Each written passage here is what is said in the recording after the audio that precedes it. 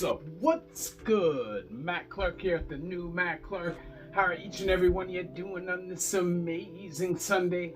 I'm doing great. My girl's doing great. My family's doing great. Hope each and every one of you are doing great. And I hope you're having an amazing weekend. Beautiful weather outside. I'm a little under the weather. I got a cold right now.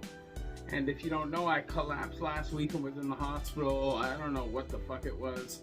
But it was a sign for me that I kind of need to take it easy in my life. I already work so much. I need to slow down a little. And sometimes your body tells you when you need to do that. So I'm going to take advantage of some time to rest, which is what I've been doing. But here I am, boom, back with a new one. And we're just going to take it to some Ontario prison news. If you could please hit that like button, subscribe button, and that bell notification button to get all my videos when they're new. If you could share with somebody on social media, help spread the message, help spread the word, that'd be amazing. And there's a PayPal option if you'd like to donate, help support the channel. The link is in the description of most of my videos. So what's up? What's up? How you guys doing, man? I know it's been a minute. I felt like I just needed a rest in life. You know what I'm saying? But today we are going to get back to some prison news, and actually some crazy Ontario prison news. And we are going to talk about some homicides that happened. There's been 3 already this year, and you would expect that these homicides happened in a federal penitentiary, but they didn't. They happened in provincial institutions where anybody could be locked up for any seriousness level of crime, whether it's a theft, a possession, a drug charge, a robbery, a B&E, a murder, a rape, whatever it is. You're all in the same category of security, and you're all locked up together, and there's really nothing that can point out the fact that there's nothing good about going to prison. There's nothing that makes prison worth it more than showing you stuff like this. So January 8th, 2025, inmate was, or 911 was called from Sarnia Correctional. Like, I guess it's their provincial jail in Sarnia. 3:45 a.m. in the morning, inmate was found unresponsive, was taken to the hospital, and later succumbed to his injuries. His cell partner has since been charged with first-degree murder. Now, the guy who got killed his name is Douglas Catbush, and he's a 51-year-old man.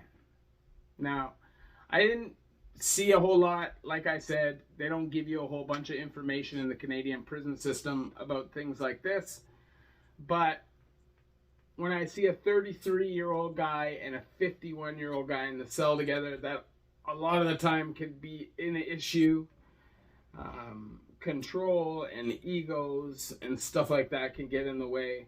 Plus, you never really know what guys are into in the streets, what kind of situations in politics are going on in the joint, and what can lead to something like this. But when he was found, they said he was unresponsive and basically never regained consciousness and succumbed to his injuries.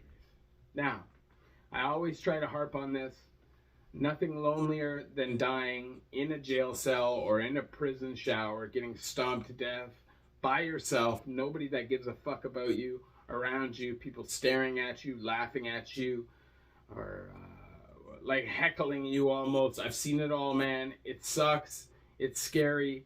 And if you're in that situation, I hope that you can make it out of it. I hope that, guys, somebody there has a reasonable mind and stops them. But sometimes that doesn't happen. And especially at 3:45 in the morning, who the fuck knows what happened in that cell? If this is what happened, that would lead to something like that. So, Douglas Catbush, I won't say rest in peace because I don't know what you're in for, but I hope that your family is okay and they pull through this. And to the 33-year-old man who took that charge, man, life is more valuable, man. He was already on a homicide, I'm pretty sure. So, and then we can go fly across the province to Ottawa, Carleton Detention Center, aka Rideau. And a 44-year-old man faces first-degree murder charge in the death of a 40-year-old Amer Zohair. Another beating death in a correctional institution. The thing is, when you're in a correctional, everybody is so different. You know, like there's so many different levels of charges. There's so many different cultures, so many different personalities.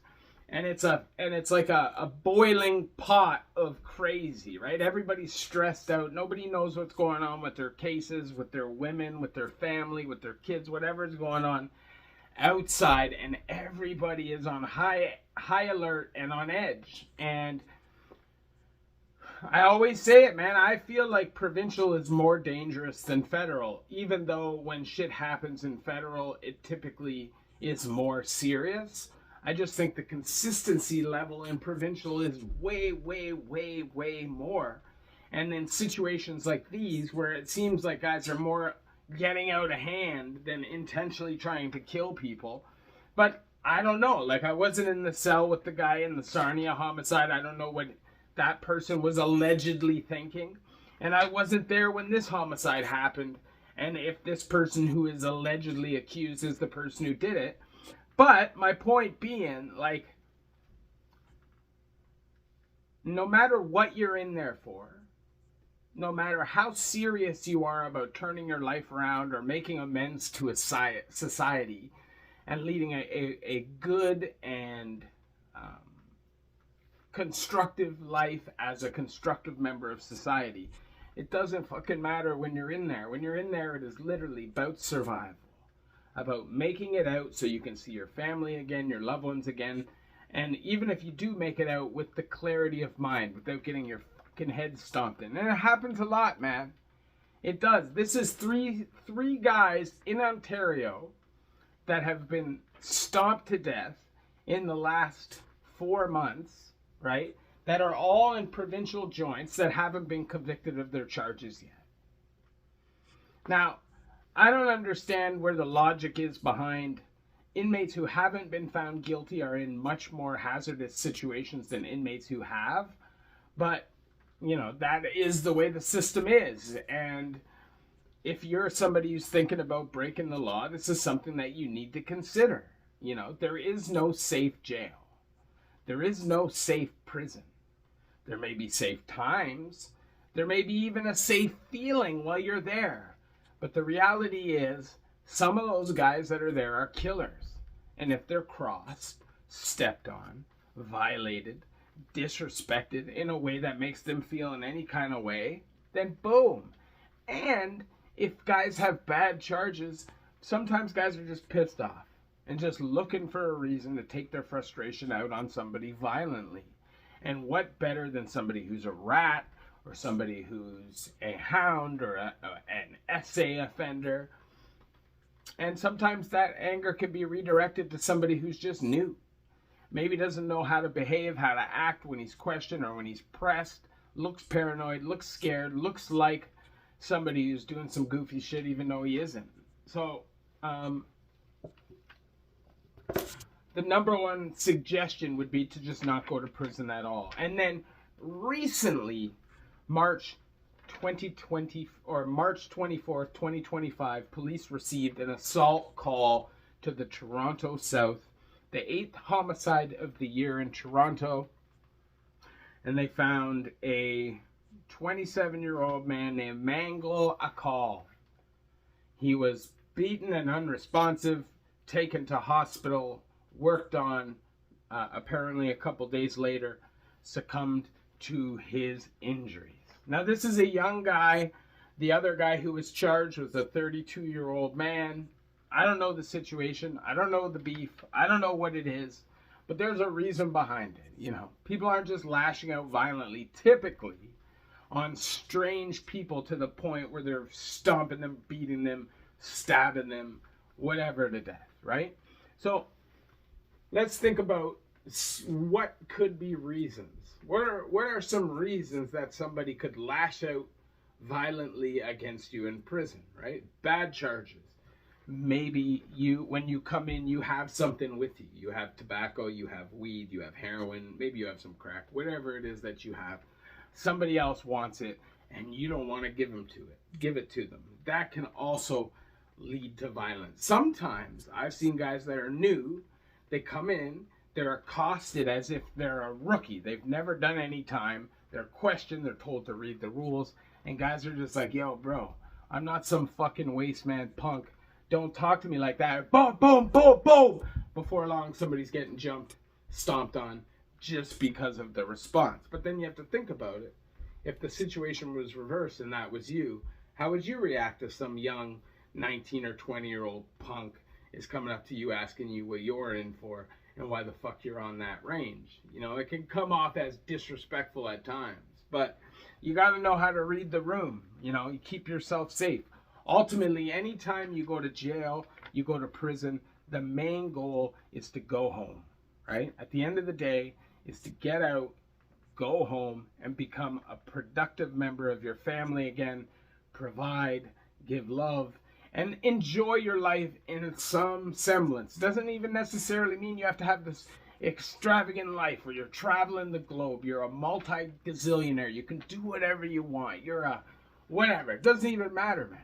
Like, I'm telling you, if you've done any time behind the walls, whether 1 day, 2 days, 8 weeks, fucking 8 months, 8 years, it doesn't matter. When your freedom is stripped from you, it doesn't matter. The security of the institution, something is missing, you know, and you feel that, you know, and it takes away from you. And being pulled away from society for any amount of time literally changes you. You fall behind. You don't adapt the way you're supposed to adapt to technology and all these things gradually, as most of society does. You're forced to come out and just wham, and it can be a culture shock. And a lot of the times, if you do a significant stretch of time, that can be the case. But to the victim, Mangle, Acol's family, I'm sorry you're going to have to go through this. You know, this is something that you are going to have to cope with.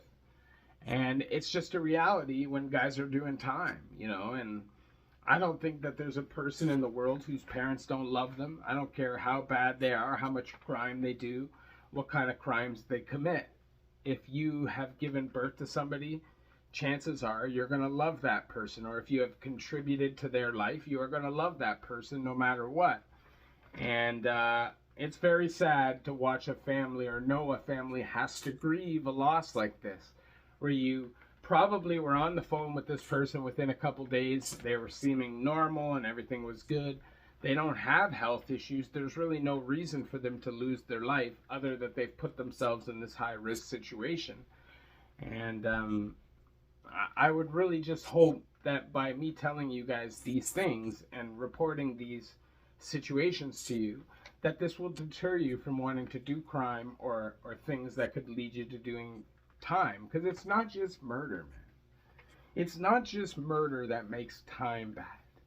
You know, there is also just violence. There's bullying. There's mental abuse. There's PTSD. There's lack of mental health support, lack of family support, lack of just anything for you to like progress in your life, and you become stagnant. And this is by design, you know, like what benefit is a system that genuinely helps people get out, stay out, and become positive contributing member of society? If every single inmate who got out did that, then there would be no reason for any jails. There'd be no reason for jail guards. There'd be no reason for police. I mean, there's always going to be a reason for that, right? Because of murders and rapes and things like that. But my point being, all these jobs would be unnecessary. And when it comes to the government, sometimes I feel like the unnecessary jobs are more important than human lives or the well-being of people looked at as criminals, you know? Sadly, the criminal population is the most traumatized part of our population. There's a reason that is leading people to use drugs or to lash out violently. Most people aren't born bad. I would think that that's the case. I think that it's, being a product of your environment or experiencing abuse as a minor or from your family or whatever, and being traumatized and then lashing out, and those lash outs having consequences, and the cycle just continues. And I think if you go to jail or to prison, most people's story is fairly similar, and you can trace it back. Like, I know with myself, I can literally go back and look at every triggering event in my life that led me to jail, and I'm sure none of these guys, these three guys that I just mentioned, thought that when they went to a provincial jail, they're going to lose their lives in a violent way, probably behind a toilet or in a shower, with nobody giving a fuck about who they are or what happened to them other than some fucking guard that they don't give a fuck about caring about. You know what I'm saying? You're a lonely situation all by yourself, down and out. And like, when I sit back and I think about all the time I did in the federal system and the provincial system, like, what the fuck was I really thinking in my life? Just giving away all my freedom to a system that could really give a fuck about me getting better. That really just wants me to stay tied down and obligated to the system like an employee. It's fucking crazy, man. It really is. And I really hope that as a society we start opening our eyes, me included, and seeing that there's more to life than valuable things, that things that drive us to do this crime because we need more and more and more and more money to keep up with the new technologies, the new clothes, the new in shit, and just focus on living life, man, enjoying the people around you that you love, focusing on self-care and making yourself better as a person, and just like getting deeper with yourself spiritually. And I don't mean like, religiously or even like metaphysically. I just mean like get in touch with you, with who you are, and get in touch with nature and just experience life the way we were supposed to experience it, and not just debauchery and extravagance. Anyways, obviously I share my stories with you guys so you don't have to go through these things yourselves. If I could snap my finger, nobody goes to prison, nobody's addicted to drugs. That's what I do, but that's not a reality, not in 2025. It's crazy out here, and it seems to just be getting harder and harder and harder. We have an election coming up, and we have the fucking playoffs coming up. I hope